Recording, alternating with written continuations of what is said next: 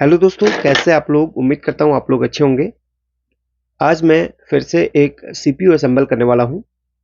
CPU assemble की जो process है वो मैंने अपने चैनल पर बहुत बार आपको बताई है, अलग अलग तरीक़ों से समझाया है और कोशिश ये करी कि आपको बहुत ही ईजी स्टेप्स में समझाऊँ। तो उन वीडियोस से काफ़ी लोगों ने सीखा और आज फिर से एक सीपीयू असेंबल करूँगा। तो फ़िलहाल मेरे पास कैबिनेट वगैरह शॉप में पड़ा हुआ है, तो बाकी जो सामान था वो मेरे पास आ चुका है और इसमें विंडो इंस्टॉलेशन वगैरह जो कार्य होता है वो घर पे ही करता हूँ, क्योंकि वो जो काम होता है काफ़ी शांत माहौल में करना पड़ता है। शॉप में भीड़ भाड़ होने की वजह से वो नहीं कर पाता हूँ। तो मैंने जो जो चीज़ें मंगवाई हैं वो मैं आपको दिखा देता हूँ। ये मैंने ऑनलाइन परचेज किया है और प्राइस वगैरह सब कुछ बता दूंगा। कोई पेड प्रमोशन तो है नहीं, तो जो प्राइस रहेगा वही मैं बताऊंगा जिस प्राइस में मैंने इसको परचेज किया है। ठीक है। और एक कॉम्बो पैक इस तरीके से बन के आता है, इसमें आपको सारी चीज़ें मिल जाती हैं। जो कस्टमर है उनके पास जो सीपीयू था वो बिल्कुल ही ख़राब कंडीशन में था, तो उसके अंदर सिर्फ कैबिनेट और पावर सप्लाई ही है, बाकी कुछ भी नहीं है। बाकी सारा सामान ख़राब है, वो हमने हटा दिया है। अब इसमें अलग से सारी चीज़ें हम जोड़ेंगे, तो क्या क्या चीज़ें चाहिए वो आपको दिखा देता हूँ। इस बार पिछली बार मैंने जेब्रोनिक्स का और अलग अलग फ्रंटेक अलग अलग मदरबोर्ड मैंने इस्तेमाल किए हैं। इस बार मैं कंसिस्टेंट का या कॉन्सिस्टेंट जो भी है इसका मदरबोर्ड इस्तेमाल करूँगा। H61 मदरबोर्ड ये है, DDR3 इसमें आपकी रैम सपोर्ट है ये, और इसमें 3 साटा के पोर्ट दिए गए हैं और NVMe SSD का भी इसमें स्लॉट दिया गया है। LGA 1155 प्रोसेसर्स के इसमें आपको जो है स्लॉट मिलता है। बाकी 16 GB तक ये रैम सपोर्ट करता है। कुछ ऐसा ही इसमें इंटरफेस दिया गया, इसका कैसा दिखेगा बाकी खोल के आपको दिखा रहा हूँ मैं। जब हम एक कॉम्बो पैक लेते हैं तो इसमें i3 सेकेंड जनरेशन का ये है, इसमें 4 GB की रैम पड़ी है और ये सारी चीज़ें इसमें इस तरीके से पैक करके ही कंपनी वाले पूरा देते हैं। जो भेज रहे हैं वो इसी तरीके से बना के देते हैं। साटा है, इसमें हम SSD को लगाएंगे और ये पूरा इस तरीके से वो पूरा असेंबल करके ही देते हैं। बस इसमें विंडोज़ नहीं डली होगी, विंडोज़ अभी हम डालेंगे तो इस तरीके से रहेगा। फैन लगा रहेगा, प्रोसेसर होगा और रैम होगी, मदरबोर्ड होगा। लगभग 1800 से 2200 तक में ये मिल जाता है। अलग अलग प्राइस आपको मिल जाएंगे। जब मैंने ये परचेज किया था तो 1800 के समथिंग का ये मुझे पड़ा था इस वक्त जो मैं परचेज करके लेके आया हूँ। तो काफ़ी बार मैं कस्टमर से भी बोल देता हूँ और काफ़ी बार मैं खुद भी मंगा के असेंबल करके कस्टमर को दे देता हूँ। तो ये रहा, और इसमें बाकी चीज़ें तो सेम ही होती है मदरबोर्ड में। और ये इसमें साटा का साटा का ये जो कनेक्टर है और ये SSD है जिसमें विंडोज़ हम डालने वाले हैं। कस्टमर के पास जो है वो HDD है। HDD में विंडोज़ अगर हम इंस्टॉल करेंगे तो परफॉर्मेंस हमेशा HDD के अंदर थोड़ा सा लेट वो वर्क करता है। SSD थोड़ा सा फास्ट होती है और SSD में विंडो इंस्टॉलेशन का जो काम होता है वो बहुत जल्दी होता है। तो हम इसमें विंडो इंस्टॉलेशन के लिए, विंडोज़ के लिए हम SSD का इस्तेमाल करेंगे। तो SSD अपने पास फ्रंटेक की है और इसका प्राइस लगभग 800 साढ़े 800 के समथिंग पड़ा है। 1800 और 800 को जोड़ लीजिए, बस इतने में पूरा कंप्यूटर बनके तैयार हो जाता है। ठीक है। और i3 थर्ड जनरेशन तक ये सपोर्ट करता है और i5 थर्ड जनरेशन तक ये सपोर्ट करता है मदरबोर्ड। तो ये i5 i3 जो थर्ड जनरेशन तक के प्रोसेसर होते हैं वो काफ़ी अच्छे होते हैं। ये नहीं कहूँगा कि बहुत अच्छे होते हैं, लेकिन काफ़ी अच्छे होते हैं। गेमिंग पर्पज से भी आप इसको इस्तेमाल कर सकते हैं, ग्राफिक कार्ड वगैरह लगा के। और नॉर्मल तो यूजेज में आते ही i3 के, तो आप परफॉर्मेंस बताइए, बट कोर टू डियो या पेंटियम से बहुत बेहतर ये परफॉर्म करते हैं। ठीक है। अब ज़्यादा बातें नहीं करते हुए अब हम इसके अदर चीज़ें हम देखेंगे। तो मैं किस तरीके से इसमें विंडो इंस्टॉलेशन करूँगा वो सारी चीज़ें बता देता हूँ। यहीं पर मैं सारी चीज़ें जोड़ देता हूँ। तो सबसे पहले मैं इसको, चलिए मैं इसमें SMPS को जोड़ दूंगा यहीं पर। तो मैं कैबिनेट में फिट करके अभी इंस्टॉलेशन नहीं कर रहा हूँ, क्योंकि कैबिनेट कस्टमर का अपने शॉप पे ही है।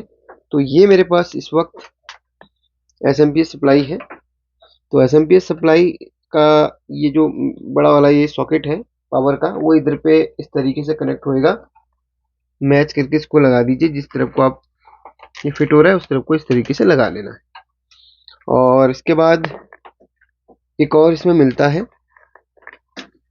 ये वाला, तो इसको यहाँ पर हमने इस तरीके से इधर पे लगाना है। ठीक है, पावर के हो गए। अब बात करते हैं इसमें SSD। फिलहाल SSD को ही लगाएंगे हम। तो SSD को इस तरीके से, SSD का जो पावर का है वो इसको इसमें कनेक्ट कर लेंगे।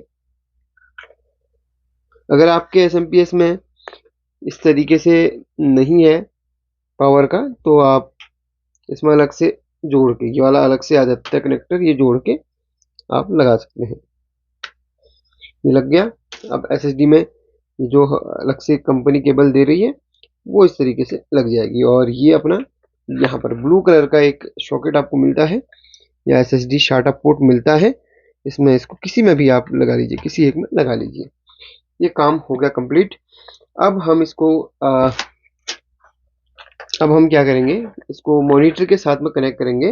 मॉनिटर का जो HDMI या VGA जो भी आप मॉनिटर को इस्तेमाल कर रहे हैं इसमें लगा देंगे। और इसमें जो पावर बटन है और रीसेट बटन है वो तो बाद में कैबिनेट के साथ में हम जोड़ेंगे। फिलहाल पावर और रीसेट बटन कहाँ पे होता है इसका, वो मैं आपको बता देता हूँ। और ये जो CD है इसके अंदर ड्राइवर्स होंगे, वो बाद में हम अभी डालेंगे। और साथ में इसमें जो भी ड्राइवर्स इंपॉर्टेंट होंगे वो सभी हम डालेंगे। तो यूजर मैनुअल मिलता है इसके साथ में। यूजर मैनुअल के अंदर ये देखिए, ये आपको दिख रहा है ना, तो इसमें सारी चीजें लिखी हुई हैं। अब यहाँ पर देखिए, इसमें कुछ इमेजेस आपको बनाई हुई है, दिख रही है ना। पहले तो लोकेशन देख लीजिएगा, ये यहाँ पर दिया हुआ है। और यहाँ पर देखिए, यहाँ पर इस तरीके का आपको एक इमेज मिलेगा और ये ऐसा ही बोर्ड पे ढूंढना है आपको पॉइंट।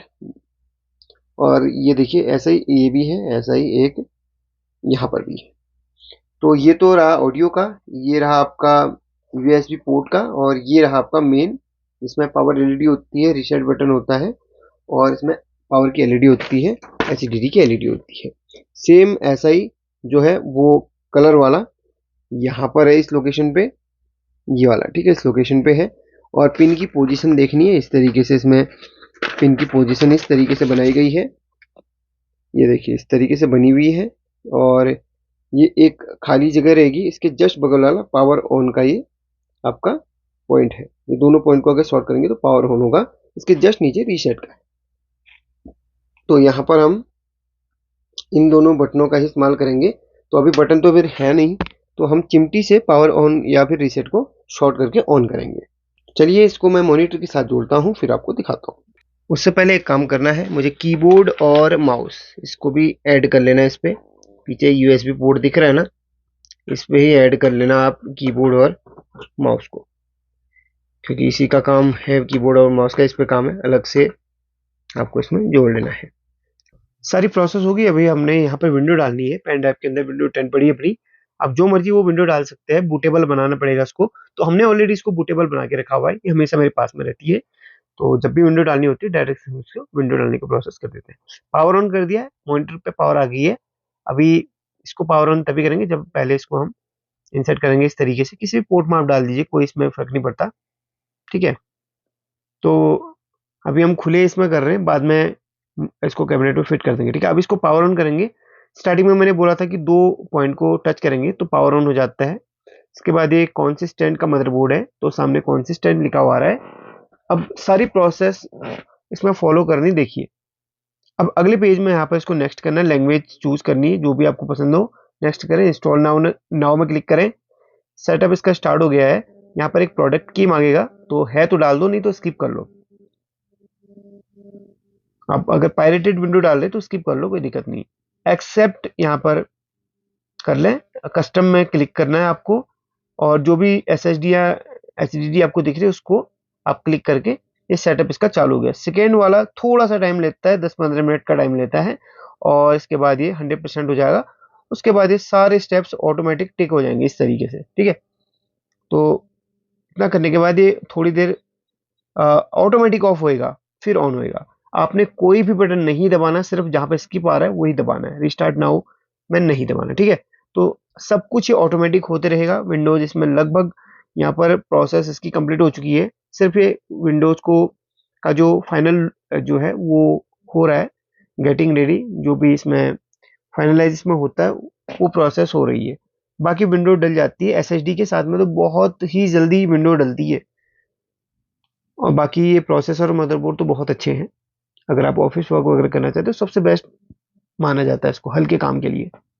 आप अगर आपके पास प्रोडक्ट है तो डाल दीजिए, नहीं तो इसमें डू दिस लेटर कर दे, और इसमें यानी कि sorry do this letter next, ठीक है। अब यहाँ पर पीसी का कुछ भी नाम लिख लें, उसके बाद नेक्स्ट कर लें। पासवर्ड अगर डालना चाहते तो डाल सकते हैं, वरना नेक्स्ट नेक्स्ट या स्किप कर लें। अब ये फाइनल हो रहा है, इसमें थोड़ा सा टाइम और लगता है, 5 मिनट का टाइम लगता है, और उसके बाद ये प्रॉपरली चालू हो जाता है। चालू हो गया है। अब अपने को यहाँ पर डेस्कटॉप में कुछ आइकन्स लगाने होंगे, माई कंप्यूटर और अंदर फाइल मैनेजर के। तो पर्सनलाइज में जाइए और थीम्स आपको दिखेगा, थीम्स में क्लिक कीजिए और डेस्कटॉप आइकन सेटिंग्स में जाइए, और सभी आइकन जो जो आपको चाहिए उनमें क्लिक करके अप्लाई में कीजिए, ओके कर दीजिएगा। सामने आपको जो मेन आइकन्स है वो दिख जाएंगे। बाकी जो ऐप एक बार इंस्टॉल करेंगे तो आपको वहां पर उसके आइकन तब दिखेंगे। अभी इसमें कुछ कुछ चीजें हम इंस्टॉल करेंगे, जो जरूरत है वही, बाकी कस्टमर खुद ही करेगा। मैनेज में जाते हैं, माई कंप्यूटर में जाके मैनेज में जाएंगे तो यहाँ पर देखिए i3 सेकेंड जनरेशन का प्रोसेसर है। और अब इसमें हम जो ड्राइवर्स है वो डालने वाले हैं, कौन से स्टैंड के ड्राइवर हैं, मदरबोर्ड के जो ड्राइवर है मेन वो इसमें डालने वाले हैं। तो डीवीडी से मैं ड्राइवर डालूंगा। तो इस तरीके से राइट, देखिए डीवीडी आ गया, राइट क्लिक इंस्टॉल में कर लेना है। बाकी ड्राइवर्स यहाँ पर ऑटोमेटिकली सिर्फ आपको क्लिक करना है ड्राइवर्स के अंदर। इसमें इतने ड्राइवर, सॉरी 8, इसमें 10 तो नहीं है, तो 8 पे जाएंगे हम, 864 बिट में जाएंगे। और इसमें देखिए VGA ड्राइवर, चिपसेट ड्राइवर और ऑडियो ड्राइवर, लैंड ड्राइवर, जितने भी इंपोर्टेंट ड्राइवर होते हैं सभी को क्लिक करके इंस्टॉल कर लेना। कुछ कुछ आपको बता देता हूँ, बाकी सारे आप ऑटोमेटिकली यहाँ पर जैसे जैसे आप आगे बढ़ते रहेंगे तो आपको समझ में आते रहेगा, ठीक है। अगर आपके पास डीवीडी नहीं है और ड्राइवर डालने हैं तो आपको क्या करना है, डीवीडी राइटर के बिना भी आप कर सकते हैं। कॉन्सिस्टेंट की ऑफिशियल वेबसाइट में जाके वहां से इन इंपोर्टेंट ड्राइवर को आप डाउनलोड करके आप वहां से इंस्टॉल कर सकते हैं। कोई ऐसी बड़ी प्रोसेस नहीं है। बाकी मदरबोर्ड की जो आपको वायरिंग वगैरह थी वो सब समझा दी है मैंने, सारी चीज़ें डिटेल से आपको समझ में भी आ गई होंगी। और इसमें एक दो ड्राइवर और मैं आपको बता देता हूँ। ये VGA है, ये VGA वाला आपका जो सामने जो आप ग्राफिक्स है उसके ड्राइवर्स को यहाँ पर डाउनलोड सब कुछ कर सकते हैं। आई होप कि वीडियो पसंद आएगी, लाइक करके शेयर कर लेना है। मदरबोर्ड खरीदने के लिए आपको मैं लिंक दे दूंगा, वहां से खरीद सकते हैं।